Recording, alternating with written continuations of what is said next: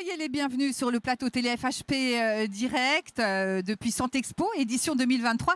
Et j'ai le plaisir de vous présenter mes invités. Frédéric Daubard, bonjour. Vous êtes directrice des ressources humaines adjointe à Vivalto Santé, c'est bien cela? C'est bien cela. Merci d'être avec nous. Vincent Ternoir, vous êtes commissaire général de police détaché à la DGOS et vous avez en charge l'Observatoire national des violences en santé. C'est bien cela? C'est ça, exactement. Docteur Philippe de Normandie, vous êtes chirurgien, vous êtes missionné par le ministère de la Santé notamment et vous êtes conseiller santé du groupe MNH. Absolument. Bon. Bonjour. Bonjour, merci à vous trois d'être sur notre plateau pour répondre à cette question. Comment mieux prendre soin de ceux qui nous soignent? Docteur de Normandie, je me tourne sur vous. Vous avez mené une enquête auprès de 50 000 soignants. Qu'est-ce que vous pouvez nous dire des points essentiels qui ressortent de cette enquête? Alors déjà, cette enquête, elle a été menée par beaucoup de monde. Et elle a été portée en particulier par la FHP, la FHF et l'ensemble des fédérations. Et à la fois, on a fait ça dans le public, on a fait ça dans le privé. C'est une enquête qui a été coordonnée par le ministère et par la mission. Qu'est-ce qui ressort? D'abord qu'il y a quand même beaucoup de gens qui répondent, parce que 50 000, ça prouve que ça a du point. Et deuxièmement, on a autant de libéraux que d'hospitaliers. On a des gens du sanitaire, du médico-social. Et on a à la fois des soignants et des personnels non soignants, mais qui travaillent dans les établissements de santé. Parce qu'il ne faut pas les oublier. On pense toujours aux docteurs, aux infirmières. N'oublions pas un certain nombre de catégories. Et en particulier chez les soignants, les aides-soignants qu'on oublie. Qu'est-ce qui ressort? Il ressort plusieurs éléments. Avant de rentrer de façon précise sur un certain nombre d'éléments, globalement, quand on compare en plus à la population générale, parce qu'on a des éléments pour comparer, les professionnels de santé, à plus de 75%, disent qu'ils sont en moyenne santé ou en mauvaise santé. Il y en a qu'un nombre faible, moins de 25%, qui disent qu'ils se considèrent en bonne santé. C'est quand même un paradoxe pour des professionnels de santé. Encore plus, et il faut en avoir tous conscience, et je pense que tous les professionnels de santé qui nous écoutent en sont conscients, c'est que quand on est en mauvaise santé et qu'on ne va pas bien, on ne soigne pas bien. Et on fait prendre des risques aux patients. C'est QFD, mais enfin, il faut mieux le rappeler en permanence. Alors ensuite, quand on regarde de façon plus précise un certain nombre de chiffres, ce qui est d'abord très frappant, c'est qu'on retrouve une thématique qui revient en permanence, c'est la notion du stress. Le stress, il faut se dire que l'immense majorité des soignants se considèrent comme étant stressés ou très stressés. Quand on met 0, vous n'êtes pas stressé, 10, vous êtes stressé, la note moyenne, elle est 7 sur 10. Mais ça veut dire que vous en avez en fait 70% qui sont à 7, 8 ou 9, qui sont donc sur des chiffres très élevés. Or, quand vous êtes stressé, qu'est-ce que vous faites? Vous dormez pas bien. Donc en gros, là encore, quand on demande est-ce que vous dormez bien, la note est très moyenne. Est-ce que vous dormez assez? Non. Est-ce que vous êtes capable de vous concentrer? On a un défaut de concentration qui est indiscutable. Et est-ce que vous avez eu des burn-out? 55% des soignants interrogés vous disent qu'ils ont vu au moins un épisode de burn-out. Donc c'est des chiffres absolument considérables. Et en plus, quand on compare entre le public et le privé, et c'est pas forcément quelque chose que personnellement j'aurais voté, c'est qu'on se rend compte que dans le libéral, les professionnels de santé se disent globalement en moins bonne santé, et sur tous les items que je viens de citer, ils sont plutôt négatifs par rapport aux salariés et hospitaliers. C'est valable pour les médecins, c'est valable pour les infirmières, etc. Ce qui est quand même une information importante. Et enfin, mais il y en a long comme ça de chiffres. Ce qui est également, à mon avis, important à savoir, c'est qu'on a regardé la relation des professionnels de santé au sein de l'équipe et avec la médecine du travail. Quand on demande est-ce que vous en parlez entre vous, on ne parle pas de ça. Ce sujet, il y a un moment donné, c'est un sujet tabou. Le professionnel, il considère qu'il est un surhomme, il n'en parle pas. Et est-ce que vous avez été voir la médecine du travail? En gros, vous en avez 50% qui vous disent depuis 5 ans, j'ai jamais été voir la médecine du travail. Mais bien pire, ceux qui ont été, quand on leur demande est-ce que ça a servi à quelque chose, vous en avez moins de 15% qui considèrent que ça a été utile. Utile, là, je ne creuse pas les raisons. Mais tout ça pour vous dire que, globalement, est-ce que les professionnels de santé sont en bonne santé? La réponse, elle est quand même très mitigée. Et deuxièmement, est-ce que c'est un sujet dont on parle? La réponse, elle est globalement jusqu'à maintenant non. Bon, on va rentrer dans le détail. Frédéric Daubard, je voudrais effectivement déjà vous demander si vous vous retrouvez dans les propos du docteur Philippe de Normandie.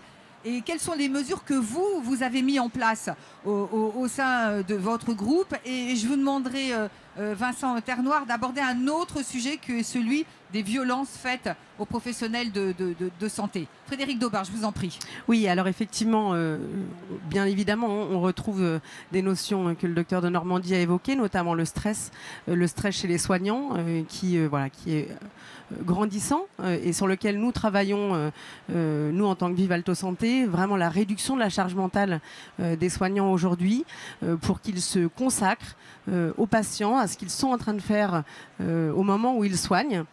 Puisqu'on parle beaucoup d'interruption de tâches qui augmente cette charge mentale chez le soignant et qui fait que parfois la communication peut être rompue avec le patient sous stress et le soignant sous stress. Donc nous, concrètement parlant, si on veut parler d'outils qu'on a mis en place chez Vivalto Santé, on travaille sur un outil ou une application avec l'intelligence artificielle qui est Quarness ou Vivagile, le programme Vivagile, qui permet cette réduction d'interruption de tâches et donc réduction de charge mentale pour le soignant. Et tous les soignants nous disent, nous on veut du temps avec notre patient, on veut être consacré sur la tâche qu'on est en train de faire à l'instant où on le fait, et l'administratif ce sera pour plus tard quand on sortira de la chambre. Alors Vincent Ternoir, je me tourne vers vous, je le disais en préambule, vous êtes commissaire général de police détaché à la DGOS et vous avez en charge notamment l'Observatoire national des violences en santé. Vous avez bien évidemment travaillé sur ce rapport 2022 de l'ONVS. Qu'est-ce qui vous a frappé?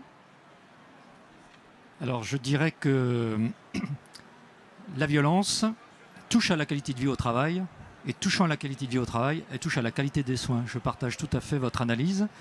Et face à ces violences, il y a une saturation, une incompréhension, parce que les soignants sont là pour apporter du soin, de l'aide, et en retour, parfois, ils ont de la violence physique, de la violence verbale, surtout de la violence verbale, qui mine autant qu'un coup de poing dans la figure. Voilà. On ne peut pas entendre tous les jours des menaces, des insultes, des outrages particulièrement blessants. Oui, et des violences verbales et physiques qui sont en augmentation. Je pense qu'il ne faut pas se voiler la face, on en entend parler tous les jours. Alors Philippe de Normandie, pourquoi se poser la question aujourd'hui, puisque c'est un sujet dont on parle depuis des années, la santé des soignants, prendre soin de ceux qui nous soignent? Alors d'abord, je voudrais rajouter un élément sur la violence. Parce que là, on parle de la violence du patient. Mais il y a 3 autres violences. Et il y a là encore dans la littérature, on voit bien que c'est cette notion de violence est la cause principale des problèmes d'impact sur la santé mentale et même sur la santé physique et sur les grossesses. C'est quoi les autres violences? C'est la violence intra-équipe. Arrêtons de penser qu'aujourd'hui c'est bisounours et tout le monde s'aime. Il y a une vraie violence intra-équipe avec des logiques de stigmatisation entre je travaille le jour, je travaille la nuit, je suis interne, je suis infirmière, etc. Il y a une violence qui est une violence institutionnelle. Au sens, aujourd'hui, on a perdu le sens et le poids, entre guillemets, de l'administration ou de l'argent prend le pas sur le métier. Donc une vraie violence institutionnelle.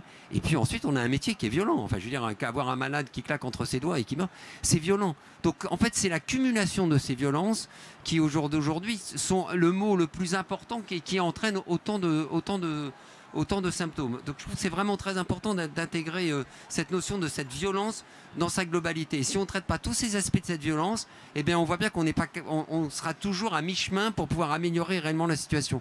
Oui, Vincent Ternoir. Et puis Frédéric Daubard, après vous me parlerez de prévention que vous avez mis en place au sein du groupe Vivalto. Je vous en prie. Non, mais je ne vous contredis pas. Je n'ai abordé que cet aspect-là. Hein.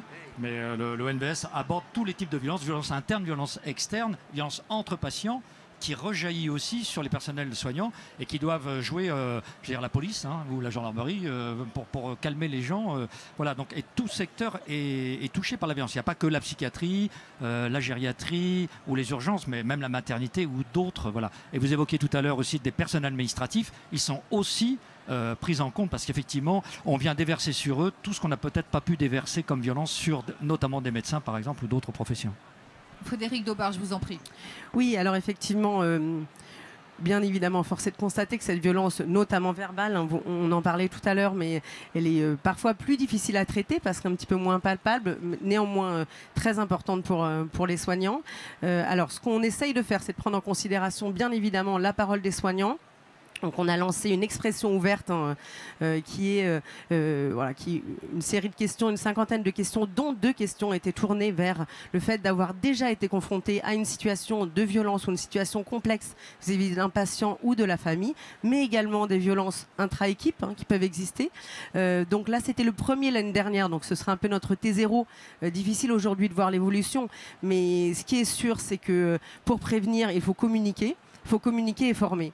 Former les soignants à ces situations critiques, mais former également les cadres, les directeurs de soins, à comment accueillir, comment accompagner mes membres de l'équipe qui peuvent être soumis à des violences, que ce soit dans une équipe ou que ce soit via un patient. Donc c'est vraiment cette formation, cet accompagnement et cette communication lorsqu'un événement arrive qui est importante. Vincent Ternoir, comment aidez-vous les établissements? De quelle manière intervenez-vous et quand font-ils appel à vous? Et déjà, savent-ils qu'ils peuvent faire appel à vous? Oui, alors bien sûr, l'Observatoire est totalement public. Tout ce qui est publié par l'Observatoire est sur Internet, donc déjà sur le site du ministère de la Santé. Après, les établissements peuvent me demander de venir pour évoquer avec eux certaines problématiques qu'ils peuvent avoir. Et à ce moment-là, je vais leur donner des pistes d'action et à eux de prendre ensuite ce qui correspond aux problématiques qu'ils peuvent rencontrer. Il y a aussi des conférences que je peux faire pour justement montrer aux soignants tout ce qui est apporté par la loi, en tout cas tout ce que peut faire l'intérieur et la justice pour aider les soignants dans ce cadre-là. Et à partir de là, eh bien, voilà, j'allais dire, je pars avec mon bâton de pèlerin et puis j'apporte aux uns et aux autres ce dont ils ont besoin, quoi. Docteur Philippe de Normandie, on a fait le diagnostic qu'on connaît finalement depuis des années, qui s'est accentué. Concrètement, le remède, quel est-il? Mais on ne le connaît pas, on n'en parlait pas de ce sujet.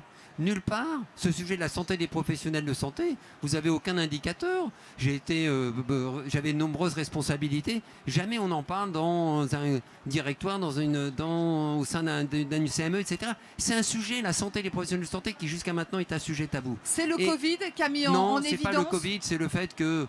Enfin, le Covid est probablement un accélérateur, mais globalement, on se rend compte que un des éléments de l'attractivité, c'est également de prendre soin des soignants. Et quand on ouvre un peu cette boîte de Pandore, on se dit, mais comment se fait-il que, alors qu'on est dans un métier du care, on est là pour soigner des gens, on n'est pas comme obsession que ceux qui soignent soient en bonne santé? Et je pense qu'il y a de multiples raisons. On est collectivement responsable. Donc l'élément déjà important, vous me dites, qu'est-ce qu'il faut faire? La première chose, c'est faire comme on fait là, c'est accepter de parler de ce sujet. Oui, c'est un vrai sujet. Oui, il faut qu'on en parle. Oui, il faut qu'on ouvre la boîte de Pandore. Oui, on doit en parler à tous les niveaux. Deuxièmement, il faut objectiver, parce qu'il faut arrêter d'avoir des histoires de chasse. Et notamment, c'est la raison, par exemple, avec l'adresse, le ministère, la Fondation Aménage, on a lancé des études pour objectiver concrètement. Regardons les chiffres. C'est quoi la réalité en dehors d'études que l'on peut faire? On interroge, allons taper dans les bases de données pour se rendre compte réellement que la prévention de cancer chez les soignants est moins bonne que dans la population. On a besoin d'objectiver, parce qu'en objectivant, on va pouvoir peut-être collectivement enfin se dire ce sujet, on va le prendre à bras le corps. Et puis enfin, il faut donner un certain nombre de pistes de solutions, mais beaucoup sont du ressort de la proximité dans la vraie vie, dans l'établissement. C'est-à-dire que c'est parce que c'est pas la loi Tartampion qui va faire améliorer la santé. C'est que l'ensemble de notre communauté sera dit, ce sujet, maintenant, on va le prendre à bras le corps. En particulier, les soignants, on accepte d'en parler. Aujourd'hui, un soignant qui voit un de ses collègues qui ne va pas bien, dans l'immense majorité des cas, il ne se passe rien.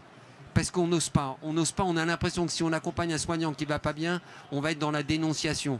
Donc on a une vraie réflexion à mener sur la relation que l'on a soi-même, parce qu'on se considère qu'on est des surhommes, on ne veut pas savoir, on ne veut pas machin, et donc la prévention on ne la fait pas, soit vis-à-vis de notre collègue. Donc je pense que merci encore de pouvoir dire ce sujet, on en parle. Et puis ensuite, il y a de multiples mesures qu'il faut qu'on mette en place. On est tous en train d'y travailler. Il y aura des propositions, notamment par la mission à partir de avant le 15 juillet. Mais déjà, premier sujet, acceptons de reconnaître que ce sujet est un vrai sujet, qu'il faut que collectivement, on l'améliore, parce que c'est la façon avec laquelle on améliorera la santé de nos soignants, même de la santé des patients. Même si les établissements font des choses remarquables, le libéral aussi. Mais on peut encore progresser. Frédéric Daubard, il faut libérer la parole, absolument. C'est fondamental. Bien sûr, libérer la parole. Alors, libérer la parole et aussi accompagner psychologiquement, puisque libérer la parole, c'est la première étape. Voilà, on est là aussi aujourd'hui pour cela, mais on le fait aussi dans les établissements, au plus près de la direction, des cadres, des directions de soins, et un accompagnement psychologique qui doit être présent, qui doit être piloté, qui doit être quasi systématique pour ce genre d'événement, pour que ça devienne normal, dans la norme, plus que quelque chose de symptomatique, quelqu'un qui se fait accompagner. Vincent Ternoir, je vous voyais acquiescer aux propos de Frédéric Daubard, mais il faudrait qu'on parle de cette protection pénale aussi. Mais elle existe depuis longtemps déjà. Ah, oui. Depuis 2003. Ouais. Et 2003. Elle est peu connue des soignants. Connue. Et justement, mon rôle est d'apporter cette connaissance parce qu'il est très important de savoir qu'on est soutenu déjà par son établissement, mais aussi par, j'allais dire, par l'État par rapport à toutes ces violences qu'on peut subir, et notamment tout ce qui est violence verbale, qui sont d'ailleurs plus difficiles à prouver que des violences physiques, puisque généralement ça ne laisse pas de traces. Mais voilà, il y a tout un processus judiciaire qui est en place, qui est facilitant pour les professionnels de santé ou les personnes chargées d'une mission de service public, ce qui est le cas en établissement privé, en établissement public, c'est intéressant. Et effectivement, après, il faut rentrer dans ce protocole judiciaire, et il faut aussi que les soignants acceptent d'aller au bout de cette démarche judiciaire, ce qui est un autre problème. Bon, cette table ronde arrive à sa fin. Je voudrais juste vous laisser à tous les trois un mot de conclusion. Docteur Philippe de Normandie, je vous en prie. Est-ce que vous souhaitez ajouter quelque chose à tout ce qui vient d'être dit? On a bien compris que ce n'était pas un monde de bisounours, qu'il y avait des pistes sur lesquelles vous travaillez, qu'il faut en parler. Ben voilà, ma mot de conclusion. Parlons-en. Parlons-en et portons ce sujet collectivement. Vous continuez à travailler, bien évidemment. Oui, je continue à être dans la vraie vie. Et voilà. Mais il faut qu'on en parle à tous les niveaux. La Fédé a un rôle important, mais le docteur de base, l'aide-soignante de base, on a tous besoin de se dire ce sujet maintenant, on accepte d'en parler. On peut dire, même si on est docteur, on peut aller voir un collègue en disant ça va pas bien. N'attendons pas que ça aille très mal. Et acceptons de parler de ce sujet. Frédéric Daubard, je vous en prie. Oui, je rejoins le docteur de Normandie. Bien évidemment, communication et formation, j'en parlais. Formation, accompagnement. Voilà, se sentir en équipe, ça passe aussi par là. Vincent Ternoir, pardon, le mot de la fin vous revient. Très bien. Reconstruction aussi après un événement traumatique, ça c'est très important. On ne peut pas revenir à un endroit si on n'a pas été soigné à ce niveau-là. Et que les directeurs d'établissement intègrent complètement cette problématique de la sécurité de la violence. Violence, très et on important. rappelle que les établissements et les professionnels de santé donc, peuvent prendre contact avec vous, l'Observatoire national des violences en santé. Je vous remercie beaucoup tous les trois d'être venus sur notre plateau. Je vous souhaite une bonne continuation. Merci à vous trois. Quant à moi, je vous remercie de nous avoir suivis. Restez avec nous, à venir d'autres entretiens.